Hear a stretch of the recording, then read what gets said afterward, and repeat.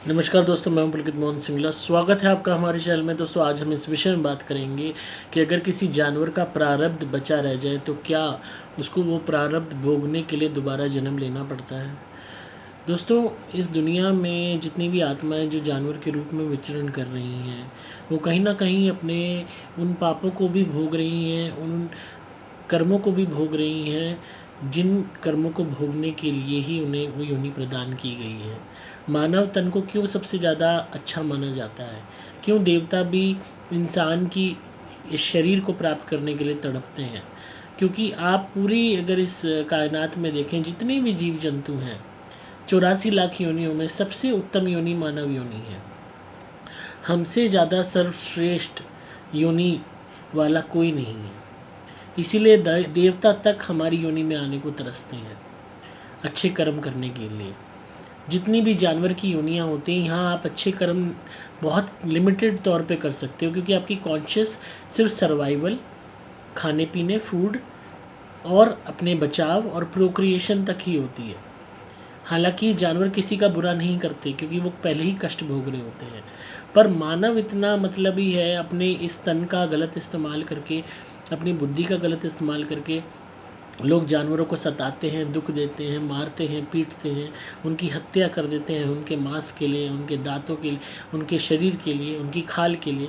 तो अगर किसी जानवर का प्रारब्ध लिखा है, सपोज़ किसी की आयु लिखी है, किसी कुत्ते का ही ले लेते हैं एग्जाम्पल, उसकी आयु लिखी है 10 साल, 14 साल लिखी है, 5-6 साल का हुआ 8 साल का हुआ, आपने उसको मार दिया, या आपकी गलती से वो मर गया, या किसी भी तरीके से यूँ कह लीजिए आपने कोई उसको पड़ताड़ दी जिससे उसकी डेथ हो गई, तो उसकी भी अकाल मृत्यु हुई।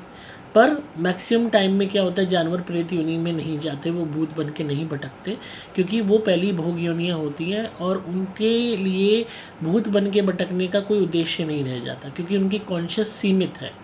इसी वजह से उसका अगर बचा हुआ शेष जीवन बच रहा है, अगर उसकी आयु 10 साल थी जो लिखी थी और अब वो 5 साल में मर गया, आपके कारण मर गया, आपकी गलती के कारण मर गया, तो वो शेष 5 साल के लिए दोबारा पुनः कुत्ते के रूप में ही उसकी आत्मा जन्म लेगी, ताकि वो अपनी उस बची हुई जून को काट सके, अपने उस सज़ा को काट सके, उस प्रारब्ध को भोग सके। क्योंकि आत्मा का जो प्रारब्ध लिख दिया जाता है कर्म बंधन के कारण, कर्मों द्वारा जो अर्जित होता है, उससे आत्मा बच नहीं सकती, चाहे वो किसी भी शरीर में वास कर रही हो। तो आपने सबसे बड़ी बात, पहले ही वो आत्मा कष्ट भोग रही थी उस कुत्ते की जून में, उस कुत्ते के शरीर में। उसके बावजूद आपने उसको प्रताड़ित किया, तड़पाया, उसको मारा, उसको सज़ा दी, उसको तंग किया, उसको भूखा रखा, या उसको कोई पत्थर मारा, या कुछ भी उसको नुकसान किया जिससे उसको और चोट लगी, या जिससे उसकी मृत्यु हो गई। तो आप डबल ट्रिपल पाप के भागी बनोगे, क्योंकि भगवान ये कहता है कि मैंने जिन आत्माओं को जीव जंतुओं और जानवरों के शरीर में डाला है, ये पहले ही बेचारी कष्ट भोग रही हैं। अब उसके बावजूद आप अगर उन्हें और कष्ट देते हो, तो एक तो आप उनकी सज़ा की अवधि बढ़ा रहे हो, उनके प्रारब्ध को बढ़ा रहे हो कि उन्हें दोबारा जन्म लेके फिर वही जीवन जीना पड़ेगा, फिर वो गर्भ जून में उनकी आत्मा जाएगी, और वो पहले जो कष्ट भोग रहे हैं उनको आप और प्रताड़ित कर रहे हो। मतलब जो दुखी है उसको और ज़्यादा दुख देना, ये अपने आप में महापाप है। आप खुद ही कोई इमेजिन करो, क्या आप पूरी ज़िंदगी अपने मुंह से खा सकते हो? मुंह को ज़मीन पे रगड़ सकते हो? मुंह से, जीभ से ज़मीन चाट सकते हो? कुत्ते की अगर बात की जाए तो ज़मीन पे आप भोजन डाल देते हो, वो उसको चाट के खाता है, मुंह से ही खाता है, और उसी मुंह को ज़मीन पर रगड़ता है, चाहे वो मुंह ज़मीन कितनी गंदी हो, वहाँ जो भोजन है उसको खाता है मुंह से, उसी से अपने आप को खुजाता है, उसी से अपने घाव को चाट के ठीक करता है, उसी से अपने नाखून साफ़ करता है। क्या आप ये सब कर सकते हो? सड़कों पे डोल सकते हो कि भूखा प्यासा बिना कपड़ों के आपको सड़कों पे डुलाया जाए, और खाने को अगर किसी की सूखी रोटी मिले भी तो वो भी मुंह से खानी पड़े, भूखे प्यासे कहीं से भी गंदा पानी पी लिया, कचरे में मुंह डाल रहे हो, कोई भी पत्थर मार रहा है? क्या आप ऐसी ज़िंदगी सोच सकते हो? आपके रोंगटे खड़े हो जाएंगे। और वो आत्मा बेचारी कितना ये कष्ट भोग रही है। कुत्ते क्यों हमारे पास आके चिपटते हैं? क्योंकि भूखे होते हैं, प्यार चाहते हैं, भोजन चाहते हैं। और लोग इतने निर्दयी और गंदे हैं कि लात मारते हैं, वो पत्थर मारते हैं, डंडे मारते हैं, गालियाँ देते हैं, उन्हें भगाते हैं बुरी तरह, और कोई और सेवा कर रहा है उनकी तो उसे भी नहीं करने देते। तो इतना घोर कलयुग आ गया कि असुर और पापी प्रवृत्ति के लोग दुनिया में भरे पड़े हैं, जानवरों को प्रताड़ित करते हैं। जो पहले ही इतनी प्रताड़ना झेल रहे हैं, इतने दुख झेल रहे हैं, उनको और दुख देने में क्या मज़ा मिल रहा है आपको? अगर फिर उसके बाद कर्मों के प्रारब्ध से आपकी दुखी जीवन में ईश्वर और दुख देता है, या आपके कर्म बंधन के कारण आपने जो दुख दिए उस जानवर को, उस कारण आपके जीवन में कोई गंभीर बीमारी आ जाती है, लगातार दुख आ जाते हैं, तो आप फिर किस हक से ईश्वर को कोस रहे हो, किस हक से किस्मत को कोस रहे हो, किस हक से आप दूसरे को बुरा कह रहे हो, जब आप भी कम घाट नहीं हो? उस जानवर की क्या गलती है जो बेजुबान है, जो अपने आप को बचा नहीं सकता, जो मदद नहीं मांग सकता, जिसके लिए कानून भी इतना कमज़ोर है कि उसकी मदद नहीं कर सकता, जिसकी कोई परवाह नहीं है, जिसकी कोई औकात नहीं है। मैंने इतने जानवर देखे हैं, चाहे मैं कुत्ते की ही नहीं बात कर रहा, जो बर्बरता से मारे पीटे जाते हैं, दुख झेलते हैं और मर जाते हैं इंसानों द्वारा।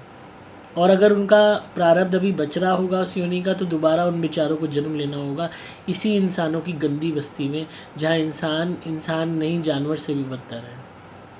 तो जो भी इंसान ऐसे करते हैं, इनकी प्रारब्ध को बढ़ा देते हैं, इनकी परेशानियों को बढ़ा देते हैं, इनको दर्दनाक मौत देते हैं, और दोबारा इनको गर्भजून में जाना पड़ता है उसी बचे हुए शेष उस योनि को भोगने के लिए। तो ये डबल सज़ा इसका जो आप दे रहे हो, इसका डबल पाप आपको मिलता है, 10 गुना होकर मिलता है।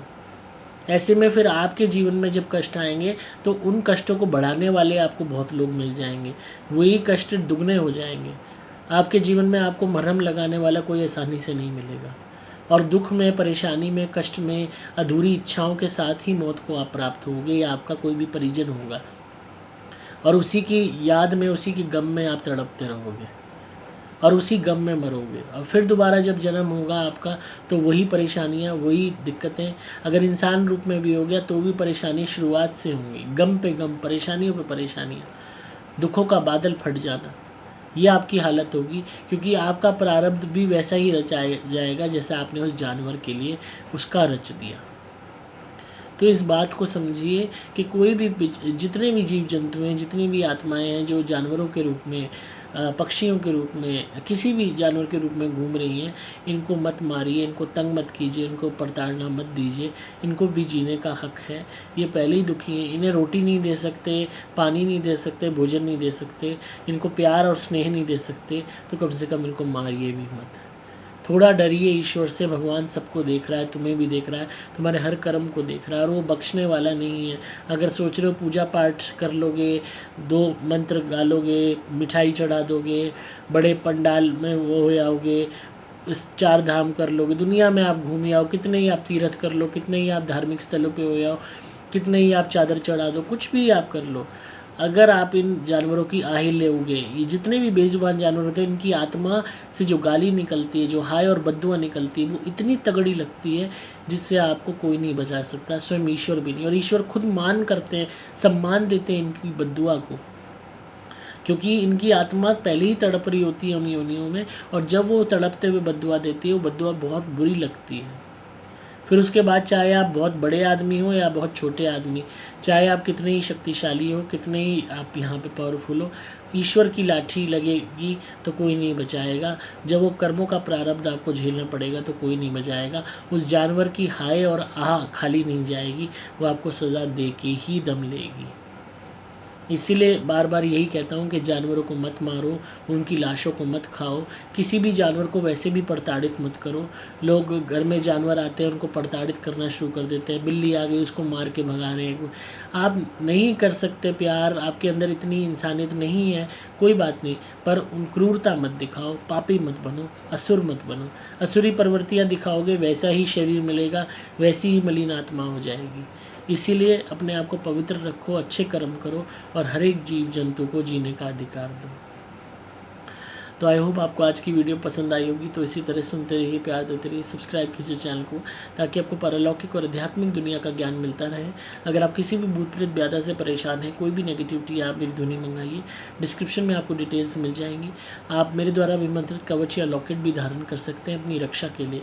ये जीवन भर आपकी रक्षा करेगा। आपको सिंपली मोबाइल नंबर 8130331007 पर संपर्क करना होगा।